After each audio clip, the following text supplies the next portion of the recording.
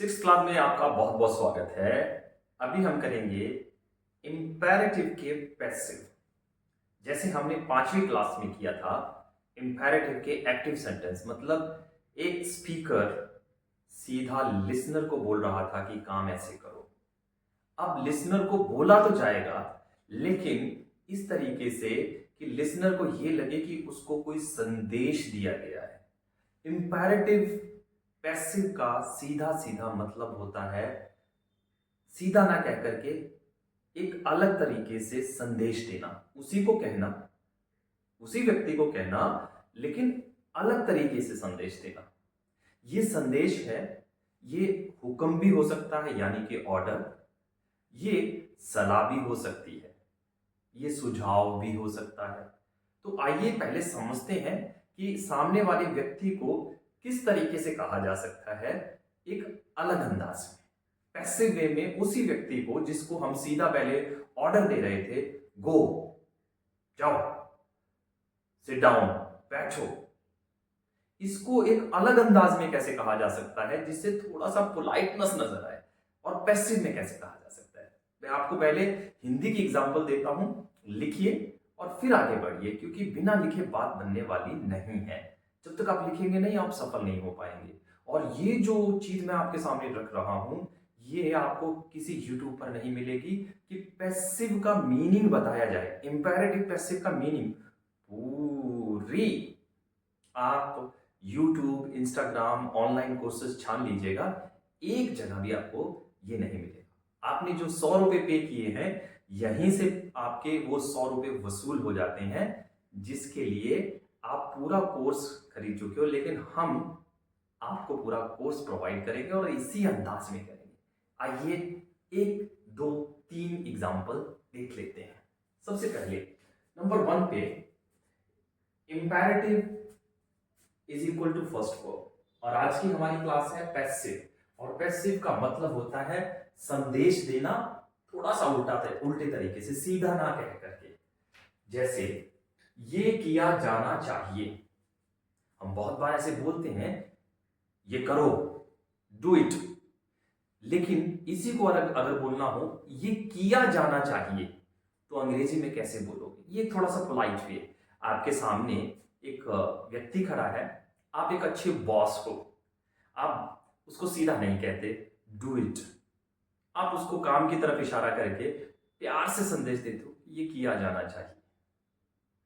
और देखिए, इसे होने दो, इसे होने दो, इसे करो, इसे होने दो।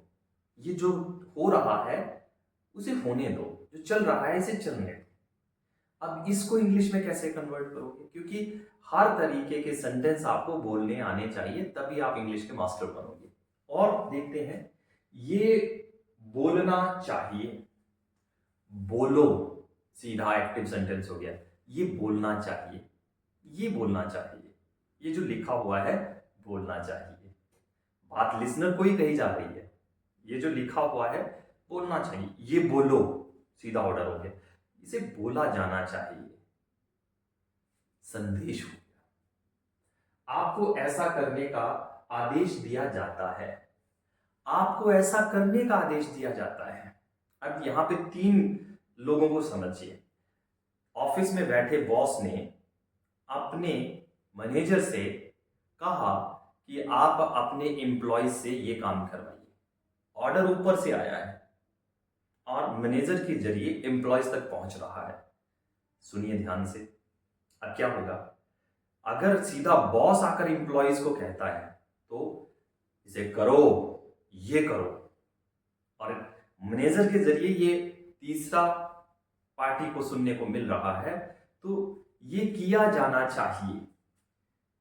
आपको ऐसा करने का हुक्म या आदेश दिया जाता है, ऑफिस से आदेश मिला है और ये आदेश मैनेजर के जरिए एम्प्लॉयज तक पहुंचा है। तो मैनेजर ये नहीं कह सकता कि मैंने आदेश दिया है, ये ऐसा नहीं कह सकता, क्योंकि फैक्ट्री के मालिक का, फैक्ट्री के बॉस का या फिर ऑफिस के बॉस का हुक्म है जो आप तक पहुंचाया जा रहा है, संदेश है जो आप तक पहुंचाया जा रहा है पैसिव में। आपको ऐसा करने का आदेश दिया जाता है। आपको खेलने का आदेश दिया जाता है, आपको पढ़ने का आदेश दिया जाता है। उम्मीद करता हूं आपने ये पांचों रेड कलर में लिखे हुए सेंटेंस अपनी कॉपी पर लिख लिए होंगे। अब एक एक करके हम इसको सॉल्व करते हैं। एग्जाम्पल के तौर पे अगर आप ये पहले वाले 3 सेंटेंसेस को बनाना चाहते हो तो इसको शुड बी के साथ प्लस थर्ड वर्ब लगा के बनाया जा सकता है। इसको let plus object plus be plus third verb के साथ भी बनाया जा सकता है।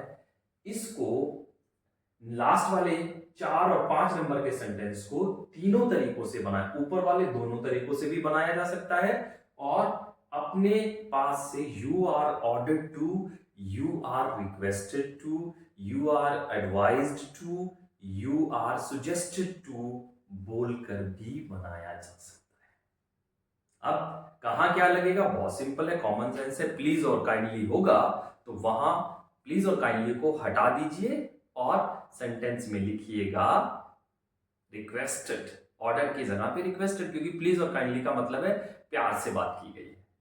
अगर लेट और लेट से सेंटेंस शुरू हो रहा है तो सजेस्टेड लगा दीजिएगा।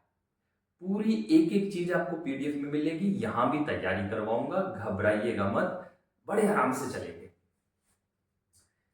एक्टिव, डू इट, इसे करो, सीधा बोल दिया। ये किया जाना चाहिए या इसे होने दो। अब इसे होने दो को कैसे बनाओगे, ये बड़ा मजेदार सेंटेंस है। इसे होने दो, इस सेंटेंस को यहां तक लाने के लिए आप लेट लगाएंगे अपने पास से। लिख लीजिए, ये जो ऑब्जेक्ट है, ये जो ऑब्जेक्ट है, इस ऑब्जेक्ट को लेट के बाद लगाएंगे। ऑब्जेक्ट कुछ भी हो सकता है, यहां पे कुछ भी हो, आप उसको लेट के बाद लगाएंगे।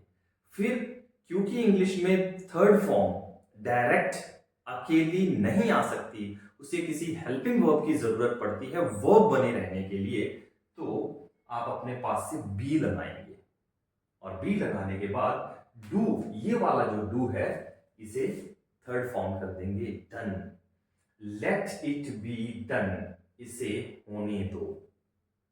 अब ये ऊपर वाला ये किया जाना चाहिए, अगर ऐसे बोलना हो इसी सेंटेंस को, ये किया जाना चाहिए ऐसे बोलना हो तो इट, लास्ट वाला जो वर्ड था ये वाला वर्ड, इसको सब्जेक्ट बना लेंगे।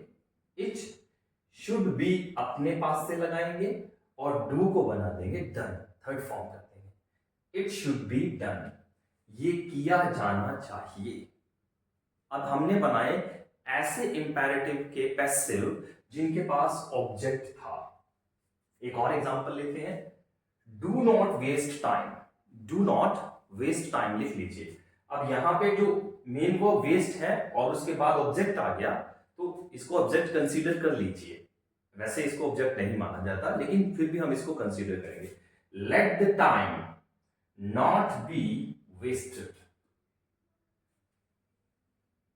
इसे होने दो की सेंस में बनाइए। टाइम को बर्बाद नहीं होना चाहिए। The time should not be wasted, समय को बर्बाद नहीं होना देने चाहिए।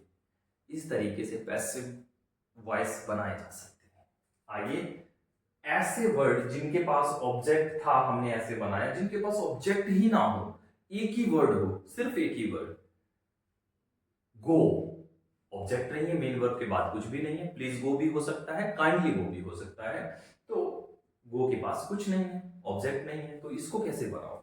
अब तो लेट से भी नहीं बन सकता ये और शुड से भी नहीं बन सकता, क्योंकि लेट और शुड का इस्तेमाल ही तब होगा जब हमारे पास ऑब्जेक्ट हो और उसको सब्जेक्ट के जगह पर हम लगा सकें, पर ऐसा तो है नहीं यहां पर।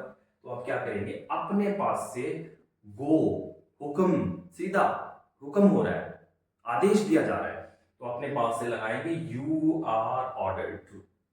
सबसे खास बात जो याद रखनी है आप लोगों को कि इंपेरेटिव में यू जो है वो छुपा हुआ होता है।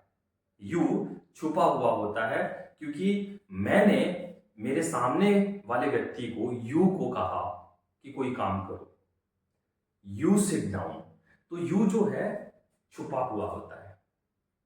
ओके, तो अपने पास से इस छुपे हुए यू को सामने रखेंगे और क्योंकि फर्स्ट वर्ब है तो आर लगाएंगे और ऑर्डर्ड, तुम्हें हुक्म दिया जाता है जाने का। पूरा सेंटेंस क्या हो गया, तुम्हें जाने का हुक्म दिया जाता है। प्ले, खेलो, you are ordered to play, तुम्हें खेलने का हुक्म दिया जाता है। बात समझ रहे हैं, कितने प्यार से संदेश पहुंच रहा है। और यही पैसिव है, तुम्हें हुक्म दिया जाता है खेलने का, तुम्हें हुक्म दिया जाता है जाने का। अब देखिए, प्लीज सिट, अब प्लीज आ गया तो ऑर्डर नहीं लगेगा, क्योंकि प्लीज की जगह पर, काइंडली की जगह पर हम रिक्वेस्टेड लगाते हैं। You are requested to sit, तुमसे विनती की जाती है बैठने की, तुमसे विनती की जाती है बैठने की। बैठ जाओ, तुमसे विनती की जाती है बैठने की। क्या मजेदार जो अंग्रेजी बनाई है। अब नेगेटिव सेंटेंस को भी थोड़ा सा पकड़ लेते हैं। डू नॉट प्ले, मत खेलो, मत खेलो। You are ordered not to play, तुम्हें ना खेलने का हुक्म दिया जाता है, तुम्हें ना खेलने का हुक्म दिया जाता है। अगर आप इस पे प्रैक्टिस करेंगे तो इंग्लिश को बड़े आराम से पैसिव इंपैरेटिव को बहुत आसानी से बना लेंगे। और अगर मैं सीधा ही आपको बोलता कि तुम्हें ना खेलने का हुक्म दिया जाता है तो शायद आप कभी बना ही नहीं सकते। जैसे तुम्हें ना बोलने का हुक्म दिया जाता है, बड़ा सिंपल है, you are ordered not to speak. Speak के टू के बाद हमेशा फर्स्ट फॉर्म लगाइएगा। तुम्हें ना गाने का हुक्म दिया जाता है, you are ordered not to sing, you are ordered not to go, you are ordered not to sit here, you are ordered not to eat, you are ordered not to drink, you are ordered not to bite, you are ordered not to breathe, you are ordered not to take bath, you are ordered not to practice on punching kit, you are ordered not to dance, you are ordered not to go inside the house। तो इस तरीके से तुम्हें हुक्म दिया जाता है, तुम्हें ना काम करने का हुक्म दिया जाता है। बहुत सिंपल है लेकिन बहुत इफेक्टिव है। इतना मुश्किल कॉन्सेप्ट इतने प्यार से समझाया गया है। अगर आप पीडीएफ के सहारे प्रैक्टिस करेंगे और यहां से लेकर के अपनी एडी तक जितने भी काम करते हैं उनको पहले एक्टिव और फिर दूसरे पोर्शन पे पैसिव, पेज के दो हिस्से करेंगे, एक तरफ एक्टिव इंपैरेटिव और दूसरी तरफ पैसिव इंपैरेटिव। जहां ऑब्जेक्ट हो वहां तीनों तरीकों से, जहां ऑब्जेक्ट ना हो वहां यू आर ऑर्डर लगा करके अभ्यास करके देखिएगा। आपकी रूह खुश हो जाएगी कि इतना आसान इंग्लिश सीखना आज से पहले कभी था ही नहीं। और दोस्तों, अगर आपको हमारी क्लासेस पसंद आ रही हैं, हमारा काम पसंद आ रहा है, तो प्ले स्टोर पर जाकर हमारी ऐप को 5 स्टार रेटिंग दीजिए और अच्छा सा मैसेज लिखिए कि हम आपको किस तरीके से इंग्लिश पढ़ा रहे हैं। अपने अनुभव जरूर शेयर कीजिए और अपने मम्मी पापा को बोलिए कि 90% पैसा अगर यहाँ से कमाना है, 100 रुपये में से आपको 90% अर्निंग करनी है, तो कैसे करें। एक बार इन9 की शाम को 8 बजे बिजनेस मीटिंग जरूर लगाकर देखें। With these word, thank you very much. पूरा महीना इसी तरीके से पढ़ेंगे। अभी तो 6 दिन हुए हैं, 24 दिन में पूरी बेसिक ग्रामर ना क्लियर कर दूं आपको तो कहिएगा। 7वीं क्लास में हम एक्सक्लामेटरी सीखेंगे। तब तक goodbye, have a nice day. Stay happy and healthy, ये भी इंपैरेटिव है। स्टे हैप्पी एंड हेल्दी, खुश रहो, तंदुरुस्त रहो। ओके, स्टे फर्स्ट वर्ब है। चलिए 7वीं क्लास में मिलते हैं।